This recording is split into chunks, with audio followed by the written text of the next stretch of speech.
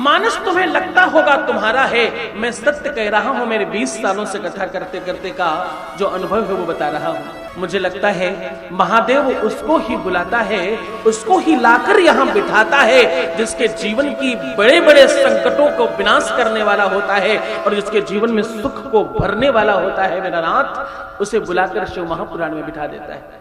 हाँ, क्या करता है? उसे बुलाकर शिव महापुराण में बिठा देता है।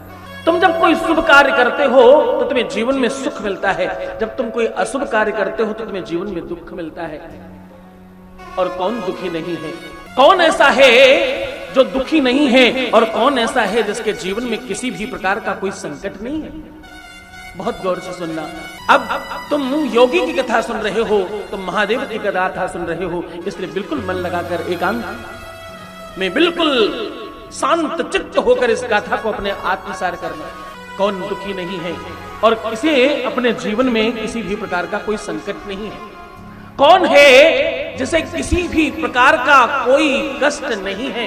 हाँ, क्योंकि कोई तन दुखी, कोई मन दुखी, कोई धन बिन रहा तब उदास। कोई तन दुखी, कोई मन दुखी, कोई धन बिन रहा तब उदास। थोड़े थोड़े सब दुखी, सुखी राम के दास।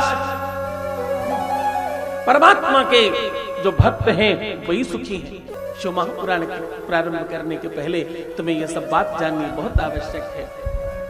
दुख का फल तुम्हारे अपने संकटों से वापस आता है। मैं सीधे कहूं तो तुमने किसी भी प्रकार का कोई पाप ताप किया हो तो उसका फल है कि तुम्हें दुख मिलता है। क्या दुख जीवन में आता कैसे है? दुख आता है तुम्हारे किसी भी कर्म के फल से। अगर तुमने कोई अशुभ कार्य किया तो उसका फल है कि तुम्हें दुख मिलेगा।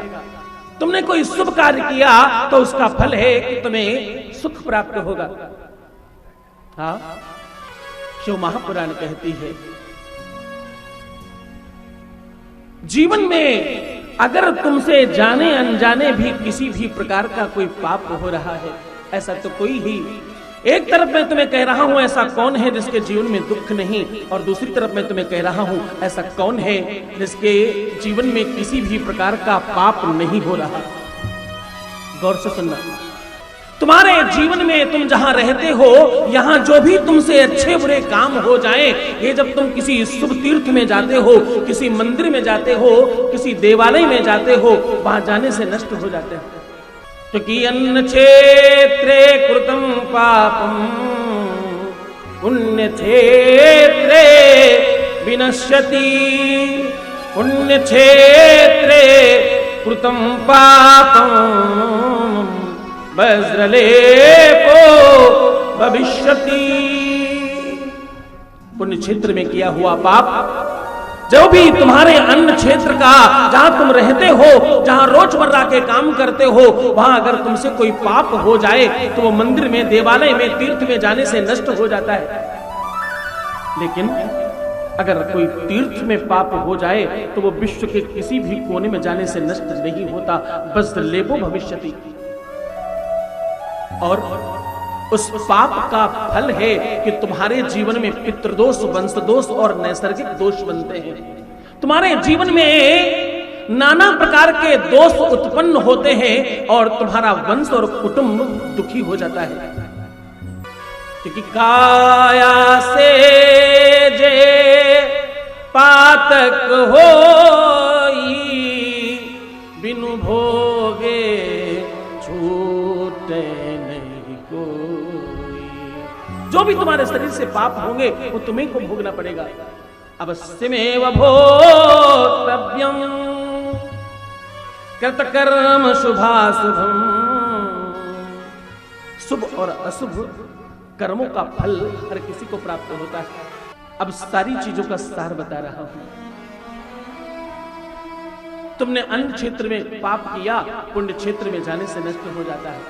लेकिन पुण्य क्षेत्र में पाप किया वो कहीं भी जाने से नष्ट नहीं होता। शिव महापुराण यहीं से प्रारंभ होती है कि जो भी पाप कहीं भी जाने से नष्ट नहीं होते, जो भी पाप तुम्हारे जीवन में संकटों को जन्म देते हैं, वो सारे के सारे पाप शिव महापुराण में आने भर से नष्ट हो जाते हैं और समूल विनाश हो जाते हैं।